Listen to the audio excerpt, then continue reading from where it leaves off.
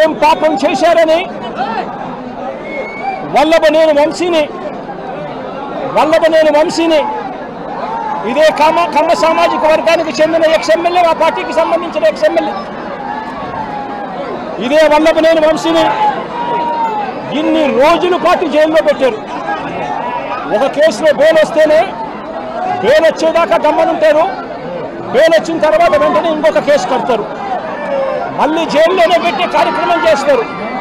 ఇవాళకి దాదాపుగా 2 నెలలు దాటిపోయింది.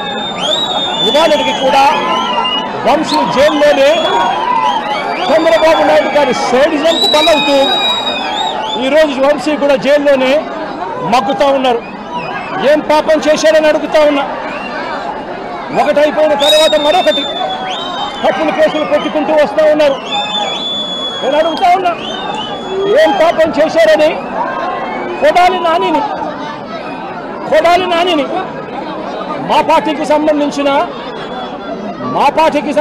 మరో కమ్మ నాయకుడు, మా పార్టీకి సంబంధించిన ఎక్స్ మినిస్టర్ కూడా ఏం పాపం చేశాడు అని చెప్పి తన మీద తప్పుడు కేసులు బనాయించి తనను హరాస్ ఎందుకు చేస్తా ఉన్నారని అడుగుతా ఉన్నా. ఇదే చంద్రబాబు నాయుడు గారు ఏం పాపం చేశారు అని అబ్బాయి చౌదరి బెంగళూరుకు సంబంధించి మా పార్టీకి సంబంధించిన ఎమ్మెల్యే, ఎక్స్ఎమ్మెల్యే ఏకంగా 9 కేసులు పెట్టారు.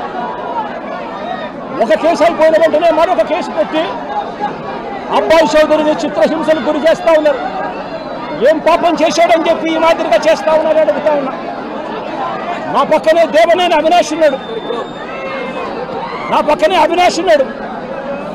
అవినాష్ ఏం పాపం చేశాడు అని చెప్పి అవినాష్ను కూడా కేవలం కమ్మ సామాజిక వర్గంలో పుట్టాడు, చంద్రబాబు నాయుడుని వ్యతిరేకిస్తున్నాడు, చంద్రబాబు నాయుడుకు ఊడిగం చేయడం ఇష్టం లేదు అన్నాడు అన్న ఒకే ఒక కారణంతో అవినాష్ను కూడా కేసుల మీద కేసులు పెట్టి రోజు హింసించే కార్యక్రమమే చేస్తూ ఉన్నాడు. కోర్టులకు పోయి బెయిల్ తెచ్చుకొని రోజు చంద్రబాబు నాయుడు గారితో యుద్ధం చేస్తూ ఉన్నాం.